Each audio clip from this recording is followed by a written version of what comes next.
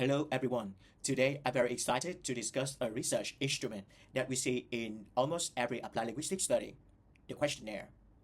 Although many people think designing a questionnaire is simply writing a list of questions, it is actually a scientific instrument that requires very careful planning to ensure that the data we collect is both accurate and useful. In my presentation, I will walk you through what a questionnaire really is, why it is so widely used in applied linguistics research, and how we can design one properly to meet academic standards. Let's begin by understanding what this tool actually is. So first, what exactly is a questionnaire? According to Brown 2001, a questionnaire is any written instrument that presents respondents with a series of prompts to collect information. The keyword here is standardization. Every participant receives the exact same wording in the same order. That is what allows us to transform something very subjective, like anxiety or motivation, into objective numbers that we can statistically analyze.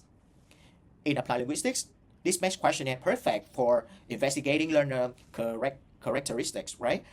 Beliefs, emotions, and also behaviors, all of which play a very crucial role in language learning. Now, let's consider why questionnaires are popular in applied linguistics. Dornier 2007 emphasizes that questionnaires are extremely efficient. Instead of interviewing 200 students one by one, a researcher can gather responses in less than 20 minutes. Because of this scalability, we can study a large sample, which improves generalizability of our findings, something that case studies cannot do. Finally, questionnaires are versatile. They can measure psychological constructs like motivation, test anxiety, or willingness to communicate, things we cannot observe directly.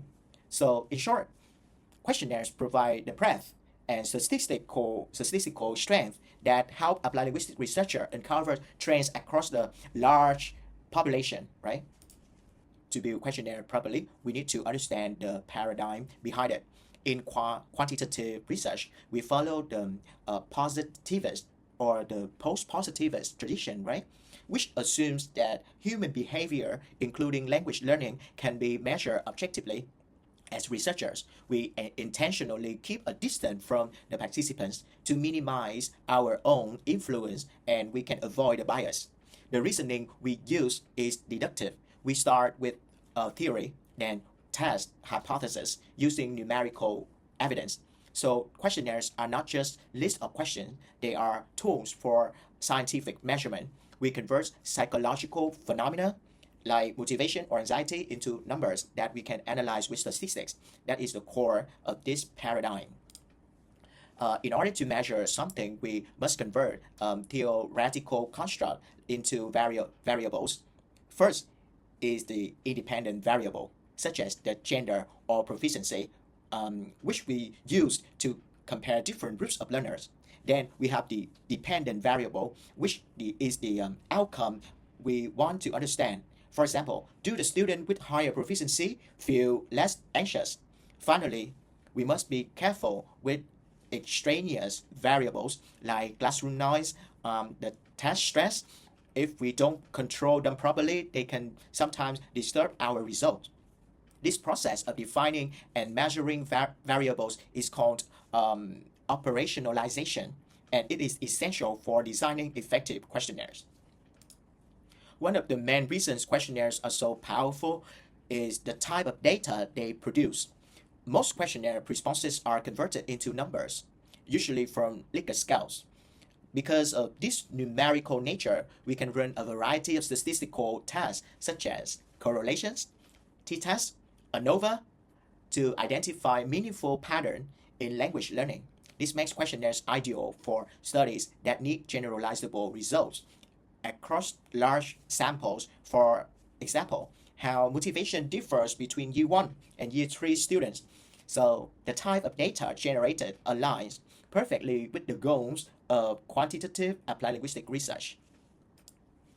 A well-designed questionnaire typically follows a three-part structure. We begin with a brief introduction and instruction, clearly stating the purpose of the study and emphasizing that responses will remain anonymous. This helps lower anxiety and encourage honesty. Next, we usually collect demographic information such as gender, age, proficiency level. These are independent variables. And finally, the main body focuses on the dependent variables that we want to measure, such as motivation or language anxiety. This structure is simple but highly effective, ensuring that the instrument produces data that is both reliable and easy to analyze. When designing the questionnaire, choosing the right type of items is crucial. In quantitative research, we mainly use closed-ended items. For example, multiple choice question or Likert scale. These are very fast for respondents and easy for us to analyze using statistical software like SPSS or R. However, we sometimes include one or two open-ended questions at the end to allow respondents to share additional thoughts or perspective we may have missed. So the key is balance. Closed items give us numbers. Open items give us context. Numbers, context. One of the most widely used tools in applied linguistics is the Likert scale. Rather than asking a yes-no question like, are you anxious? We present statement and ask students to indicate their level of agreement on a scale, usually from 1 to 5. This allows us to turn a subjective emotion like speaking anxiety into numerical value. When we collect enough responses, we can calculate averages and even run inferential statistics to look for correlations or root differences. So the Likert scale is extremely powerful in helping us understand psychological construct that cannot be directly observed. Designing a questionnaire may look simple, but there are many pitfalls that can damage validity. A common mistake is asking two things in one item, known as a double-barrel question. Students cannot give the truthful answer if they disagree with one part but agree with the other. Another problem is the leading question. The moment we suggest the right answer, participants may feel pressure to respond in a certain way. Finally, vague terms like often can mean different things to different learners. By forcing respondents to guess, we weaken the accuracy of our data. So wording must be crystal clear, neutral to protect research quality. Once the questionnaire is designed, the way we administer it can make or break the study. First, we must choose participants very carefully to ensure that our sample accurately represents the target population. Next, we decide the mode. Online questionnaires are very quick and convenient, while paper-based formats often achieve higher completion rates because the researcher is physically present to clarify any doubts. Finally, context matters. We should distribute the survey in a very quiet space and avoid stressful times like exam weeks so that external anxiety does not contaminate our data. So administration must be intentional to ensure trustworthy results. Before collecting any data, ethics must come first. We must clearly explain the study's purpose and also allow participants to give informed consent voluntarily. We typically guarantee anonymity. No personal identifiers are collected. And if names must be recorded, then confidentiality ensures only the research team can access the data. We also avoid questions that may cause embarrassment or emotional distress, especially in academic settings where students may fear being judged. Ethical practice increases trust, and trust leads to more honest and valid responses. So ethical considerations are not just a requirement, they directly improve the data quality. Once we've collected all responses, the next question is, what do we do with these numbers? We begin with descriptive statistics, such as mean and standard deviation, the SD. These help us understand the general trend. For example, whether students' motivation is high or low overall. We then move to inferential statistics, which allow us to test hypotheses. Correlation can show if motivation is linked to test scores.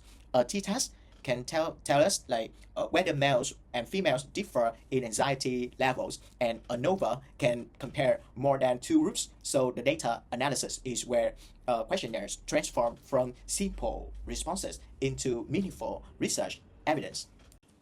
Even if a question looks great, we must prove it is reliable. Reliability means the results remain consistent. if the instrument is repeated under the same conditions.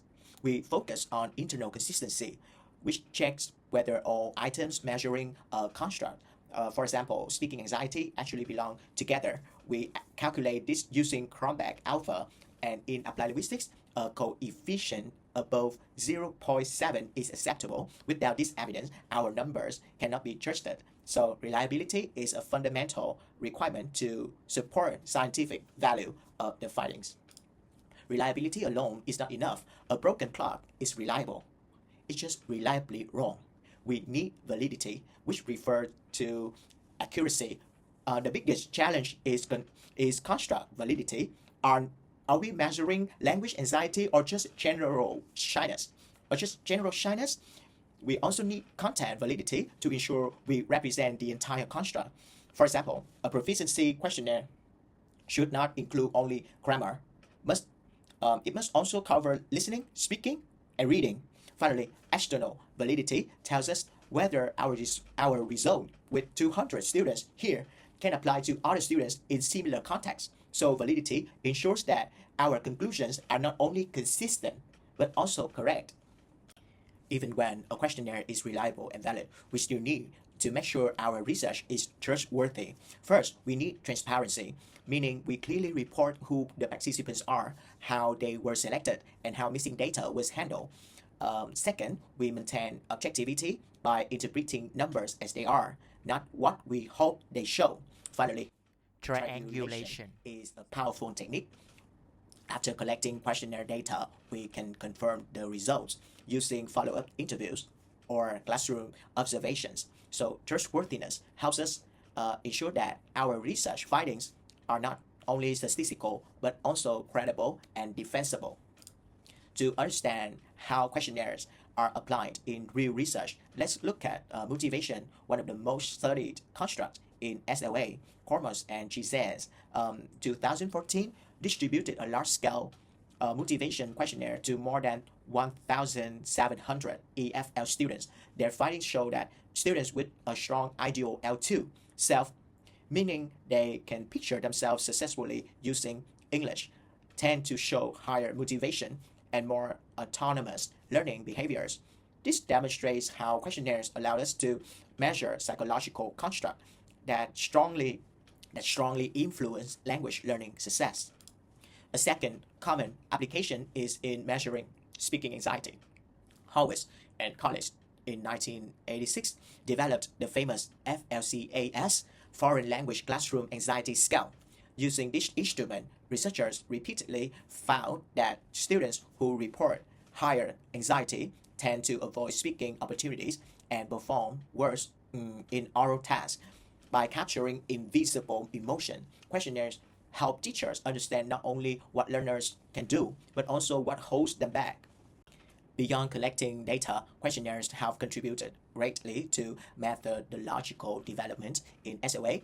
For instance, Donya and Taguchi in 2010 emphasized that questionnaires must be adapted carefully when used in different cultural contexts, such as Vietnam or Japan.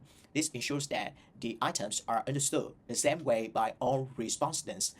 Meanwhile, Liu and Jackson, 2008, combined questionnaires with interviews, a mixed method approach to verify whether students' self-reported anxiety truly matched their behaviors. These contributions highlight how questionnaires help improve measurement rigor and expand research possibilities.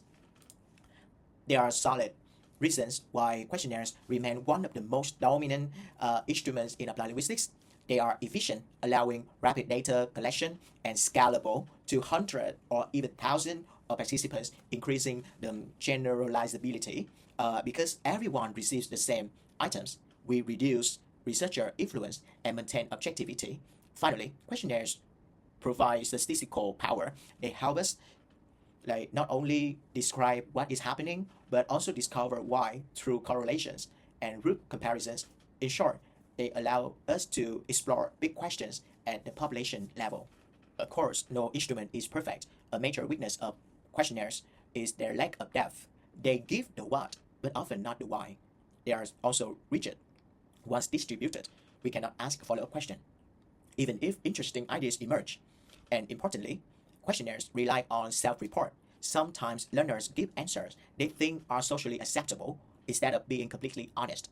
This is why mixed method designs are often recommended to balance the breadth and the depth.